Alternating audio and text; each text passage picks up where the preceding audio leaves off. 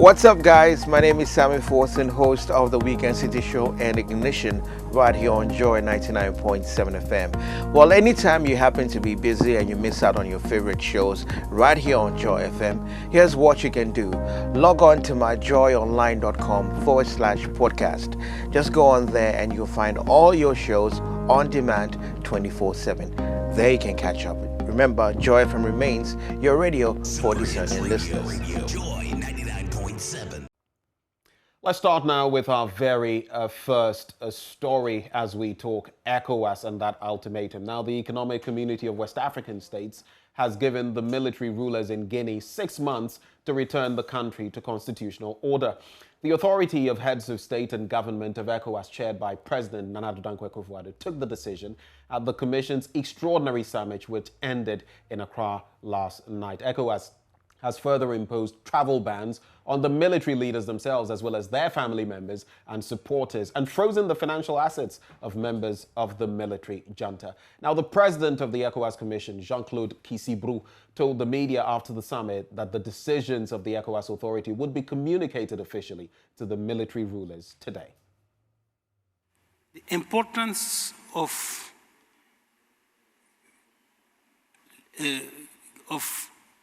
allowing President Alpha Condé to be free and ensure that his physical integrity be respected. So that was the very first thing. They said it in September 8th and they repeat it again today. President Condé must be free without any condition and be immediately free, released by the military. The second thing they said was to reaffirm very firmly the condemnation of the coup d'etat, because as I said and explained, we do not accept coup d'etat in ECOWAS, community protocols. In addition to those two things, two decisions, looking now at the political situation and the way forward, the head of state insisted that the transition must be very short. Must be very short.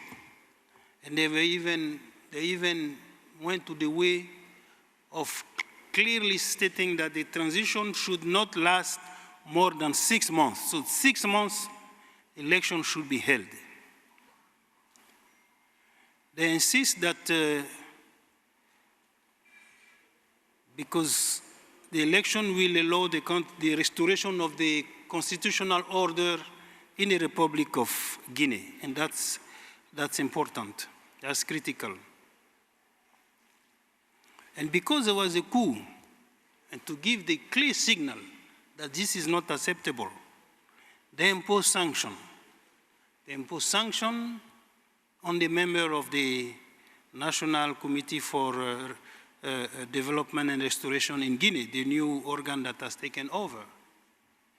So sanction on those members. The sanction cover travel bans, freeze of asset, financial asset, essentially.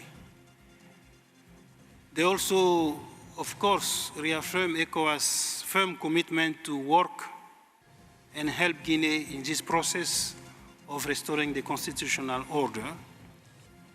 They insisted also on the close support of our traditional partner, the United Nations, the African Union, the European Union, and also other bilateral countries. And they also decided that there will be a visit by the chair of the authority to the Republic of Guinea as soon as possible to convey those messages regarding the decision of the summit personally, in person. Now, the president of the ECOWAS Commission, Jean-Claude Kissibru, has been explaining why the body did not stop the third-term bid of ousted President Alpha Condé. ECOWAS is a community of sovereign member states. Do not forget that. ECOWAS is a community of sovereign member states. They have the domestic law, they have the domestic legislation. What ECOWAS can do and what ECOWAS did, we had several consultations with various stakeholders, various political parties, well before, during, and after. We went there several times. The Commissioner of Political Affairs, Peace and Security is with me several times, and we had several discussions, and even at the high level. But again, community of sovereign members. Okay, sovereign members. So, our protocol are very clear about that. So some action and decision by member belongs to the member countries. So what ECOWAS, on the basis of our current protocol, can do is to engage them, engage all the stakeholders.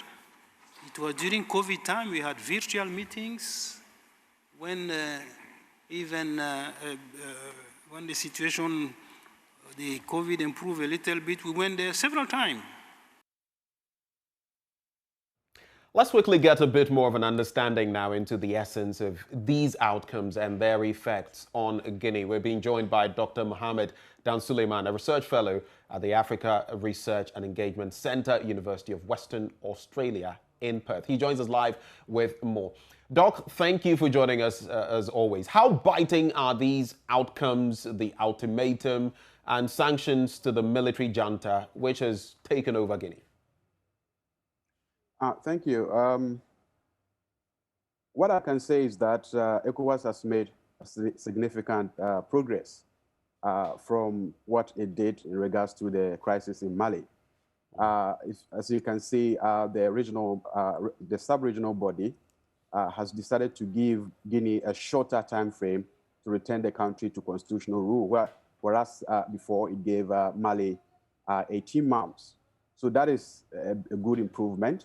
Secondly, it's gone beyond the usual condemnations and the usual expulsions from ECOWAS and add freezing of financial assets of the coup leaders, and also banned,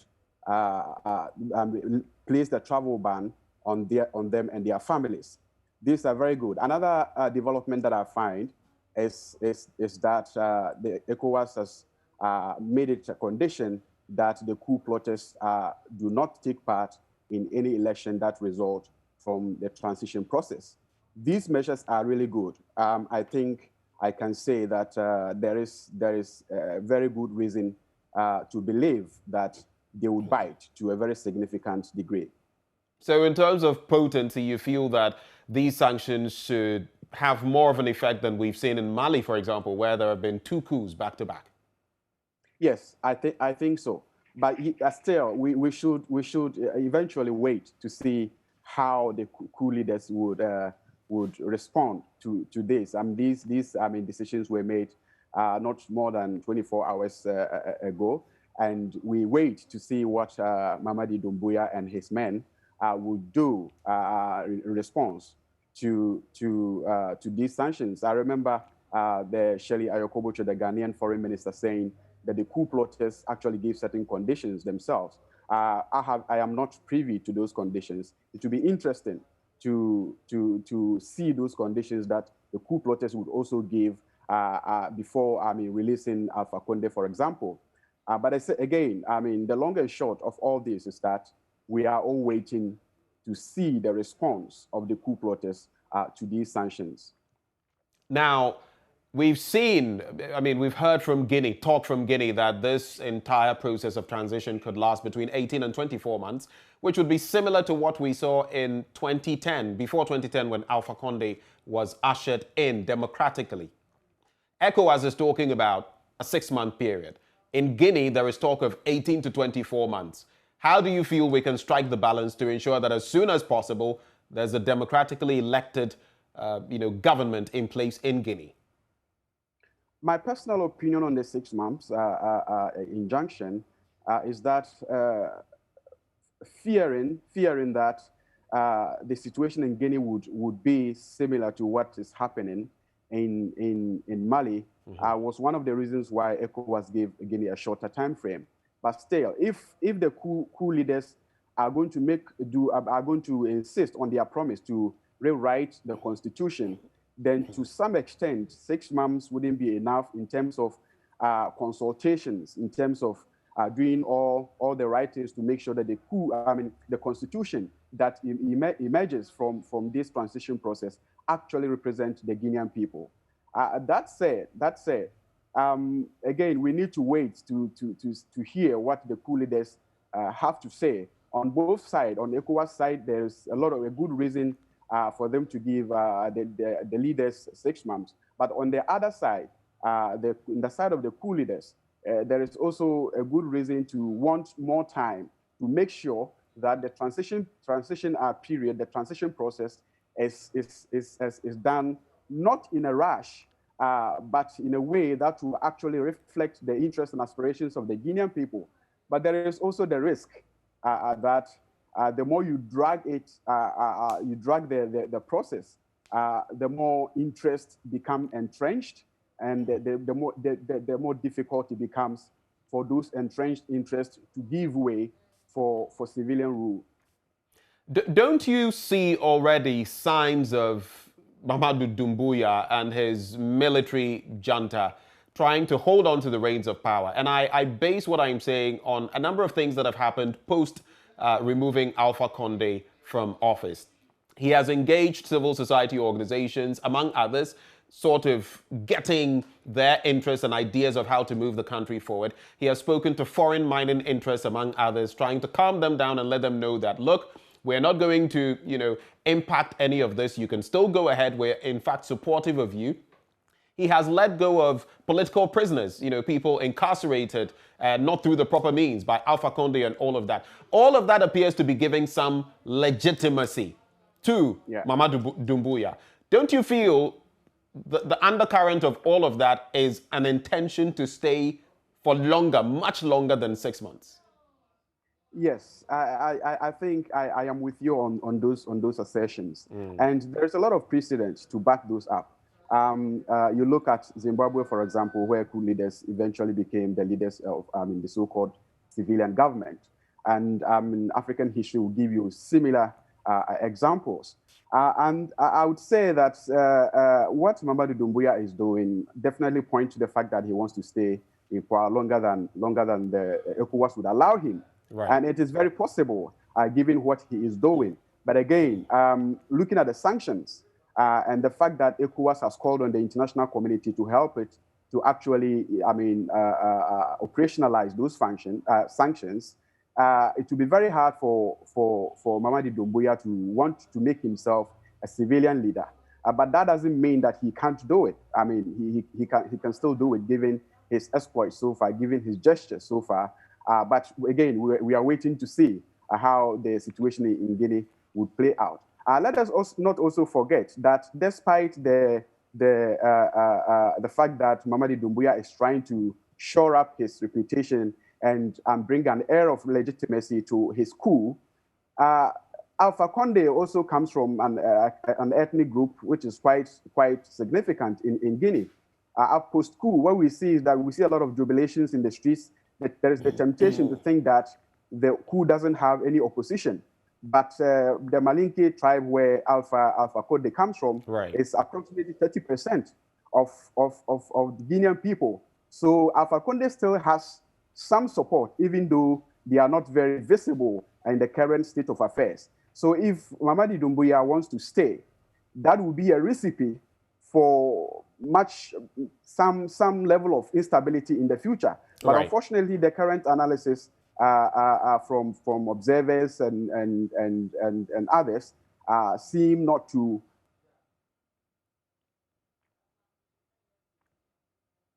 Well, we appear to have lost Dr. Dansuleiman, who is with the University of Western Australia. Thank you so much for speaking to us. Let's now take you live to the KNUST campus, where the Ashanti Regional Security Council is actually deploying more security personnel to enforce compliance of the directive to students to leave campus. This follows an intelligence picked by the RECSEC to the effect that some students were planning to cause disturbances on campus. My colleague Tyria is currently at Unity Hall and joins us with more. Tyria, so tell us, what is the latest you can report from there? We've heard of the Red Sex intervention, we've heard of the police presence on campus, but what is the latest as far as this development is concerned? Thank you, my brother. At the KNUST campus currently, more students are leaving campus.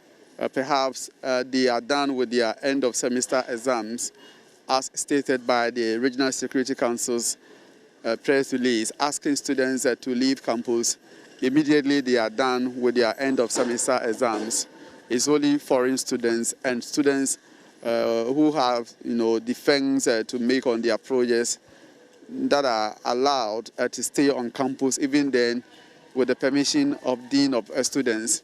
This morning, what we are witnessing is that more police officers have moved and now they are stationed at the two halls of residence, talking about Unity Hall, also known as Conti, and then University Hall, also known as Katanga. So yesterday, the situation was that police were doing foot patrolling, moving from hall to hall and then on campus. But now they are more stationed, providing specific security at specific time to students who are here.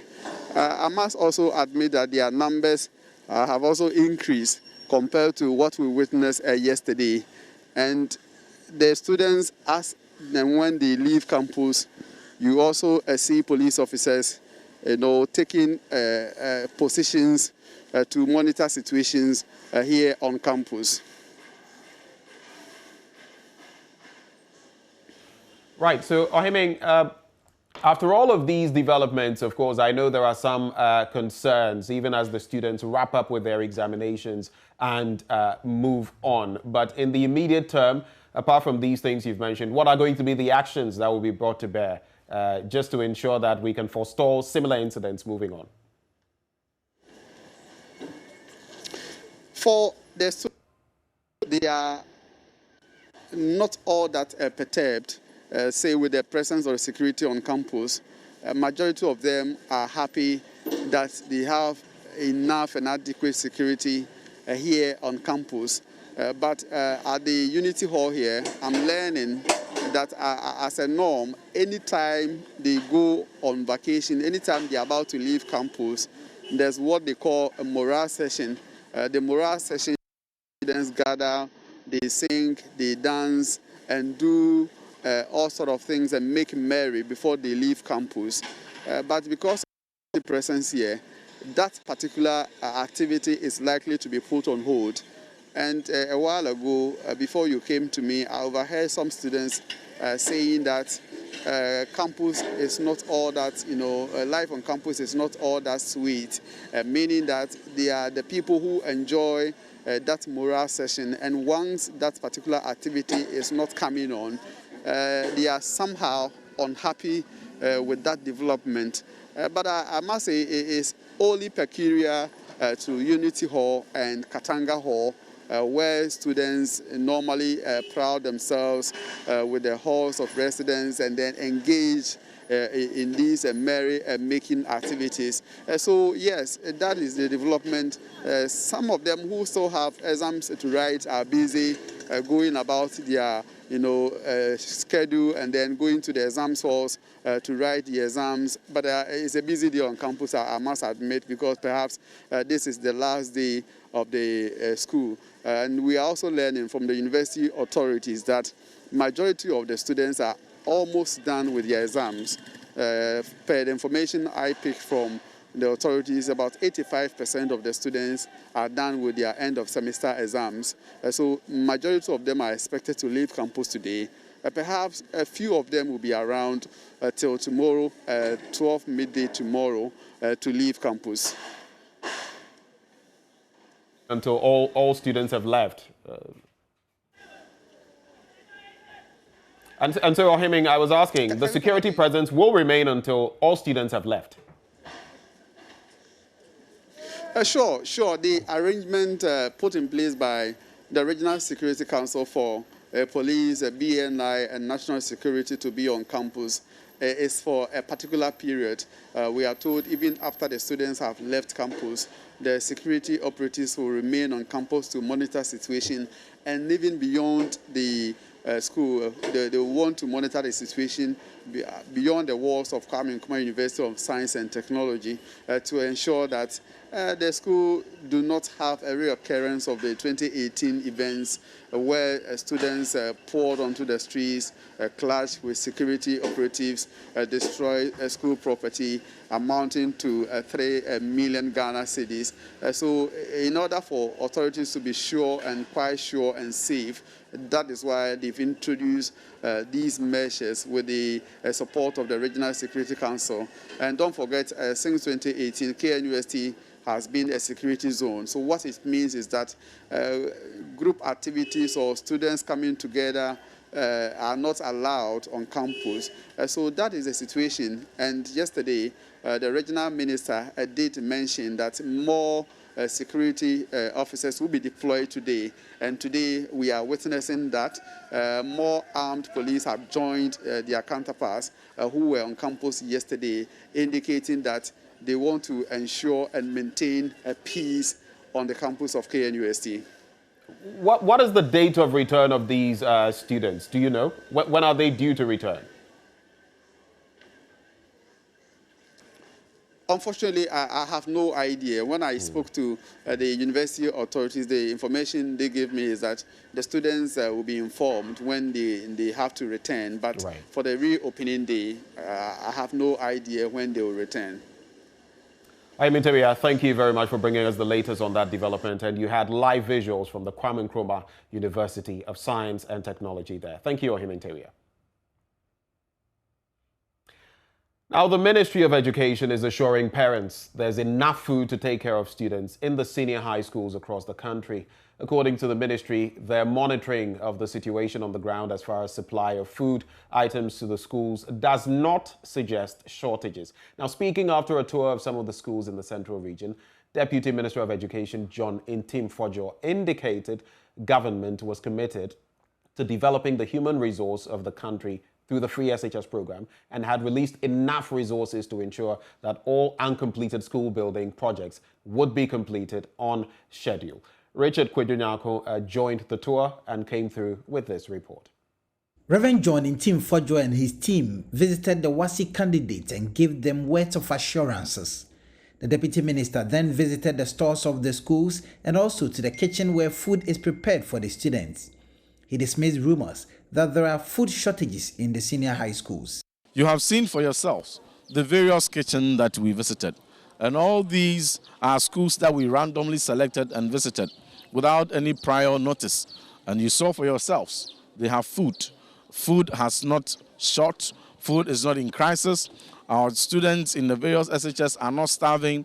So we want parents to be rest assured that we will continue to cater to their wards and that they are in good hands. Any such reports that is speculating going around that our schools are short of food, that there's no food in our schools and our kids are starving, they are all untrue. They are false. As and when some particular food items are going low, the heads of schools place calls to the suppliers and buffer stock, and they receive. If there's any challenge for whatsoever reason that a particular school will be short of food, as soon as it gets our attention, we will take steps and address that. But for now, all the schools we have visited have adequate food. Reverend John Ntim-Fodjo also assured all uncompleted classroom and other school building projects are being vigorously tackled by government. A total of 2,007 infrastructure projects were commenced, and out of this, about 58% were completed and handed over. And the rest that are at various stages of completion, we are monitoring. We are investing huge sums of investment into it to ensure that they are timeously completed for us to open access for the new students that we are expecting even to begin their study next year to have adequate spaces to occupy for effective teaching and learning. So some of your seniors have been to Parliament. He ended up in the classrooms and decided to show how well he could do as a teacher. He started teaching the students arms of government.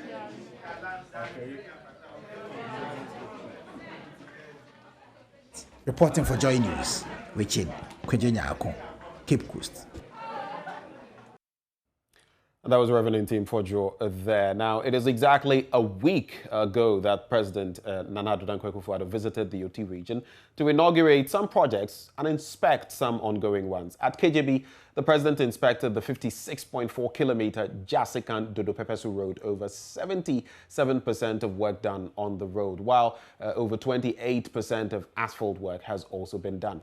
But residents are asking for other road infrastructure to be fixed as soon as possible to avert any road crashes as drivers are speeding due to the good nature of the road. Correspondent Peter Senu has more in this report.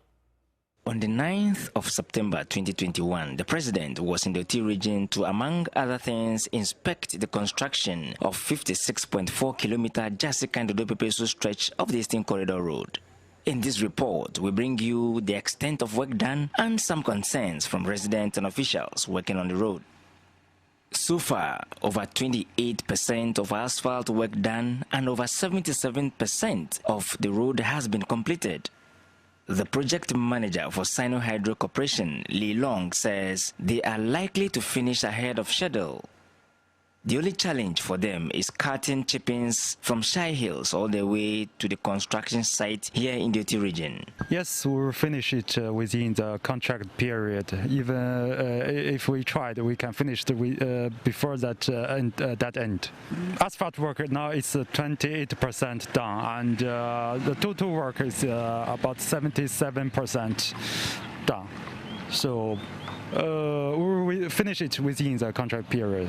The challenge is we are taking our chippings from far end from Shy Hills, so now it can delay the works somehow, but we are trying our best to solve it.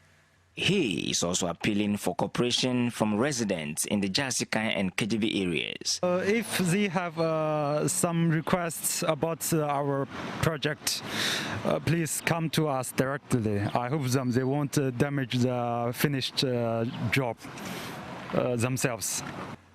He also added the contract sum is sufficient and they would not request for extra amount except there is additional work to be done. The scope of the work now, ministry give to us, we can finish within the capital, unless they give us more works.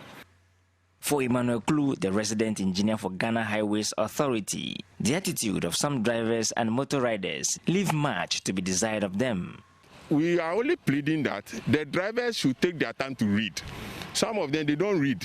The mandatory speed in towns is 50 and below, not 50 and above. Okay, so it means that everybody should play his part on the road when he sits behind the steering. And if you are in straight, also be careful because anything can cross you. Some people have broken some culverts and U-drains either deliberately or accidentally. This place was allegedly broken by the occupants of this facility, but the owner has since denied any knowledge. The place has become a sand-winning spot. I don't know anything about him. The culvert? Yeah, it's not me. So who did it? I don't know. But it's close to your workplace. Me, one thing is that I not stay here at this village. Only I can work, then I go. Some residents and road users are asking for speed ramps to be installed to reduce speeding at the various intersections. But that matter, only the motor riders, include the drivers. This T-junction, it be very, very, very dangerous. Sometimes, if you don't cross, they don't go watch left and right before they go cross. I don't know if they go manage do some speed ramp here. If you do, it's good. The Okada riders may misuse it. I think we need to have some road ramble strips in certain part of it. It will help us. And then we still need to educate the Okada riders and then some of the drivers as to how to use it. It is new, so that this road can take some time, it will last. The rate at which the cars are speeding on the road, and for us staying or living along the road, crossing is becoming a problem for us. So we want to appeal that a speed ramp should be constructed. This, Emmanuel Klus says, would be done in the coming days. Going forward, we also appeal to residents to drive safe and then observe all road regulations as we try to drive and arrive alive. My name is Peter Sanu for JoyNews. It's some 32 minutes off the top of the hour. We take a break. We'll be back with more.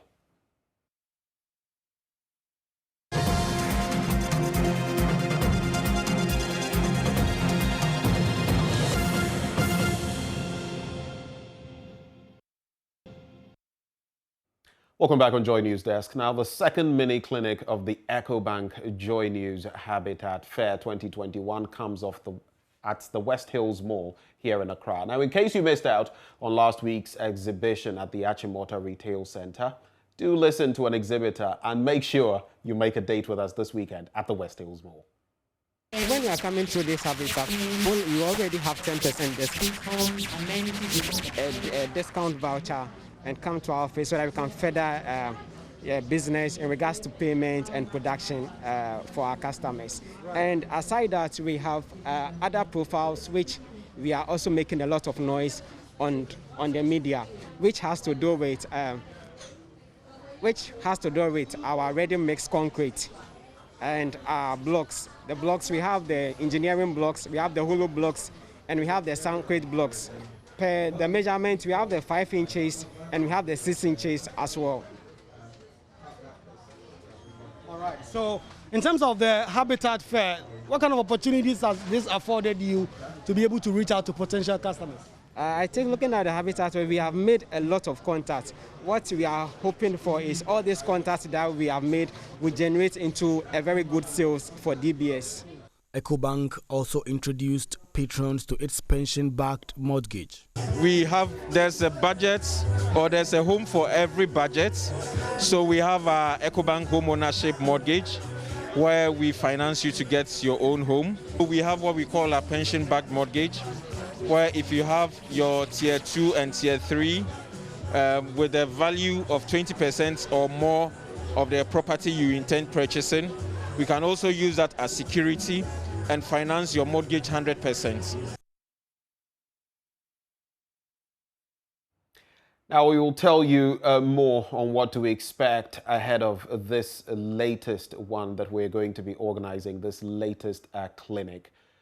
But right now, excitement is building up as the Valley View University gets ready to host the first edition of the Joy Business Campus Roadshow tomorrow, Friday. The Joy Business Campus Roadshow today, actually, Friday. Now, the Joy Business Campus Roadshow is an outreach program that seeks to enable tertiary students access formal sources of career guidance in order to help them make right occupational choices. Emma Davis of Joy Business joins us live with more. Well, Emma, so do tell us, what is the going on at the event? What are the expectations ahead of the start?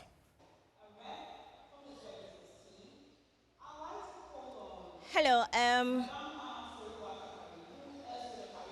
I can't hear you, please.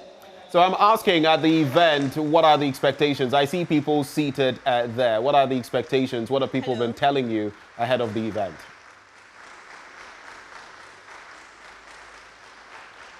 Hello, so we are currently at Valley View University, and it's our maiden edition. It's called the Campus Roadshow.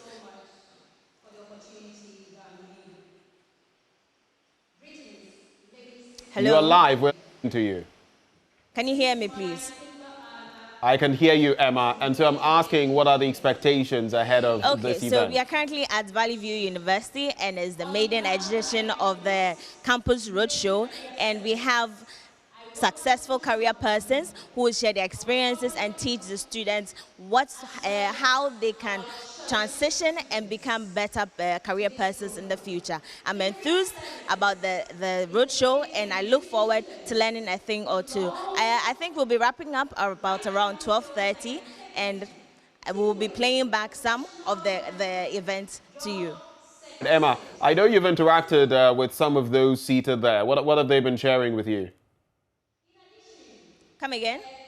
You've been interacting, I believe, with some of those seated at the event right behind you. What are some of what they've been sharing with you? Bernard, I can hear you. I can hardly hear you. To move on, we shall go back to Emma at the Valley View University. Moving forward now. Well, we're actually going to be moving on to our very next story. And human resource professionals have been advised to reposition themselves in order to adapt to the changing times of the world, according to economist Al-Hassan and Dani.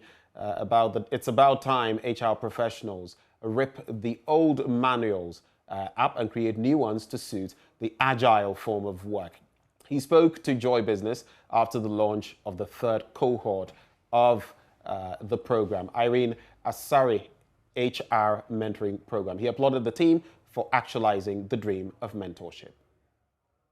Rip the old manuals and write your book. That's the advice from economist and former chief executive of Stanbic Bank, Al-Hassan Andani, to human resource managers. According to him, since COVID-19 pandemic has altered work habits across the globe, it's time for HR practitioners to create new paths to remain relevant. We can no longer operate on those old HR manuals. We've got to rip them off and then rethink and write the new manuals for the new world of work, because the new world of work is a totally different game. Organizations are going to be radically different.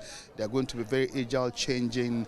Their purpose might be the same, but the way they get it done will change very rapidly. So it's no longer the stable, predictable environment these old HR practices were, written for. So we now need to look at HR management practices that looks to the nature of organizations, and by nature of the organizations, the kind of skill sets that are required to make those organizations profitable or sustainable. Meanwhile, founder of Kevin Clay People Development, Irene Asari, says the Irene Asari HR Mentoring Program seeks to help HR professionals learn best ways to ensure productivity in their various places. She indicated that this third cohort is of great importance, especially during the pandemic, where hybrid work has come to stay. Hybrid working is our reality.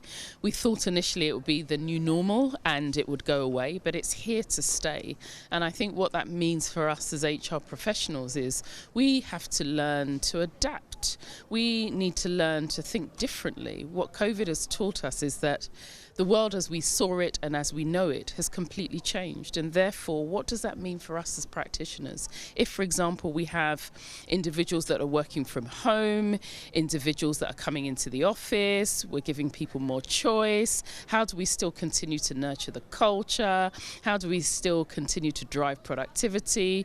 What kind of policies, processes, systems, ways of working do we now need to design that was different to what we were doing before? So this is the moment that us as HR professionals really need to step up to the table.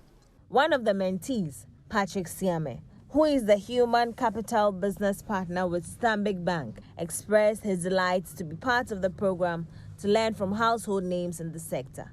This is very much important for the human capital community, and very much excited that we have people in this country like Irene Asari, who is very seasoned or experienced HR person, to put this program together to develop, the people who drive this change that would change our economy, that would actually take our businesses to the next level. And the more exciting aspect is to have seasoned HC or human capital practitioners in this country who have volunteered their time, to kind of groom the next level of human resource or human capital individual who drive this change and change the economy of this country. There's still a lot coming your way on Joy News Desk. We take a break. We'll be right back.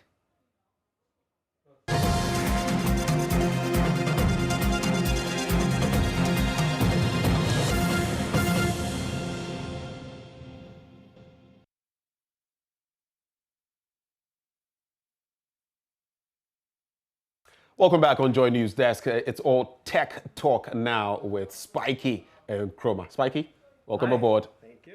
Okay, so another Friday is here and we're getting into WhatsApp and what they're doing with the yellow pages and all of that. Let's start from there. So WhatsApp, WhatsApp created a new version of its app called WhatsApp Business for businesses so they can be interacting with users of the app. WhatsApp has not been making money from Facebook, the mother company of WhatsApp, has not been making money from WhatsApp because it's a peer-to-peer messaging system. How are you going to make money except if you serve people ads? And nobody wants ads in WhatsApp. So we all hate it. We agree that we hate ads. Exactly. So how are they going about it? WhatsApp Business, which is why, over time they're going to develop it into an app that they can get some revenue out of. And with that, they are testing a new feature in WhatsApp that is going to benefit WhatsApp Business users. So let's say you're in an area and maybe you're looking for a business, you can now search a directory. Remember back then we had a big Ghana Telecom yellow phone pages, book. huge book, and you don't have to flip.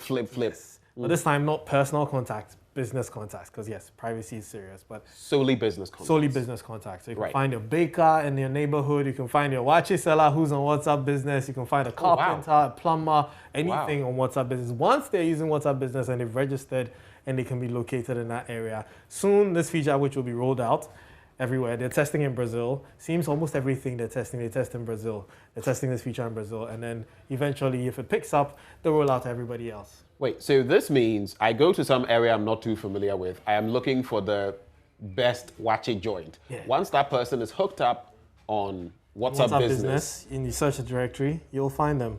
So that's cool. Location. I don't need to go asking, Charlie, wachi joint to nowhere here. Where's the best wachi around So here? as you can see, over here, there's apparel, shopping and retail, restaurant, pizza place, grocery store. So everything categorized, groceries and everything. Yes, and it's based on location, which is brilliant. Wow. Yeah. Okay, now let's talk Twitter. Yes. Verification is back on. Verification. What's the latest? So, some time ago in July, Twitter halted verifications because it mistakenly verified some users that did not need to be verified or did not deserve to be verified. That whole thing about verification, and I hear the steps you have to go through and all of that. Me, honestly... Bro, I mean, I really can't be bothered, but some people, it's a very, very coveted thing to have on social media, to have that blue badge. It gives you some sort of clout. Quotes and quotes, some sort of, I know some very prominent people, blah, blah, blah, blah, blah, with followerships who are not verified. Yeah, and they couldn't be bothered. But some people think that this is something that he wants. Anyway, Twitter says you can now apply to be verified again because they have fixed the application process. It's not as fault-ridden as it was before. Right. So, they've ironed out the kinks. Do you know what exactly they've done? I mean, are there bug fixes? What is it? So the process is what's been changed. So pretty much all the questions that you have to answer and the way they would verify that you are who you say you are, and why you need to be verified has been made better basically. So they're not going to end up. It serves them better than it serves us because it's more about them not making the mistake of verifying someone who's never tweeted before, who set a stock photo as their profile picture and getting verified. Imagine if someone took your picture, got a lot of followers, and then got verified. Everybody will think that that's you. Charlie. So that's what they're trying to fix, to prevent those things from happening again. But there's something else you're bringing us. Yes, Instagram. I mean, it's all about the big boys today. WhatsApp, Twitter, Instagram. Okay. Scrolling up and down through your Instagram feed, and you're always seeing multiple things. If you're like me, you don't mind going through the feed looking for anything that's being served you.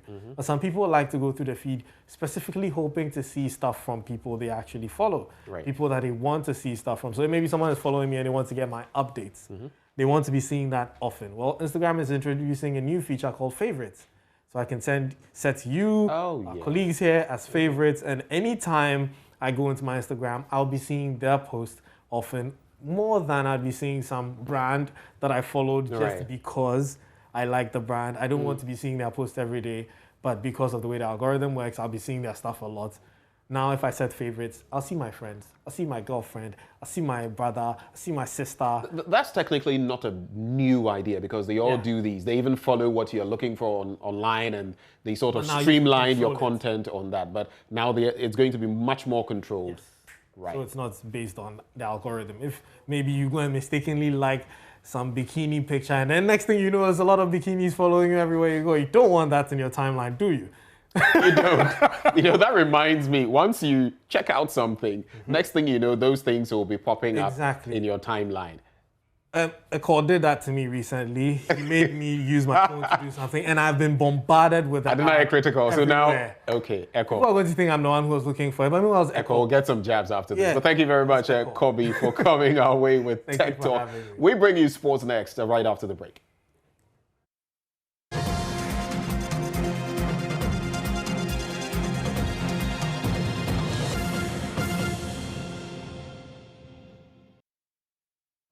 Let's settle now for some sporting action, and we have your Reiko Ampofo.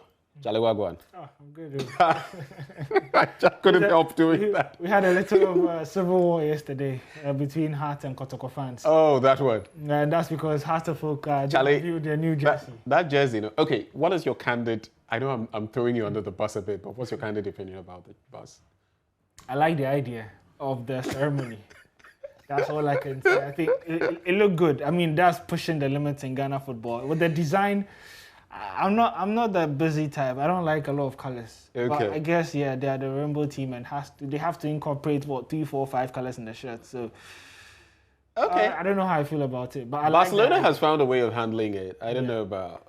I mean, adding the arrows and all that, but it's good. I really like the arrows. We're shooting for the top. So yeah, they claim that the arrows means that it's taking them to the next level. You know, so that's supposed to push them. So they unveiled their jersey yesterday at the World Trade Fair Center, and it was a really good ceremony where Tobe Afede, who is the board chairman, spoke and gave them updates on the Pobiman project. He says that Heart of Folk are going to bring down the secretariat and build a new one. And he also says that they'll be moving to Pobiman by the end of the year. Which secretariat? Is it the one in Adabraka? Yeah, they're going to change. And they're also going to get a commercialization center where they'll be able to sell merchandise and all that. So he spoke of plans of, signing with 2 international clubs, one in Africa, one in Europe as well. So it looks like Heart of Folk do really have plans. But in terms of immediate plans, Sunday they will be facing Club Industrial de Camso of Guinea. The CAF Champions League, and we'll be bringing live commentary of that as well. But they'll be wearing this new jersey, and Aman Kwame Riku, a former player, says that this jersey will give them power. Some pep. Yes. Remember, it's a one-leg tie. Yep. And so it's just 90 minutes, and you have to find a winner in Accra on Sunday. So we're bringing you updates of that and live coverage of that game as well on Joy 99.7 FM. Alrighty, it's a wrap. Thank you for bringing us sports, Reiko. And this is how we draw the curtains on Joy News Desk for another morning. Do check out more stories on myjoyonline.com. You can check out the details of major stories trending right there. My name is Benjamin Akakpo. Thank you for staying.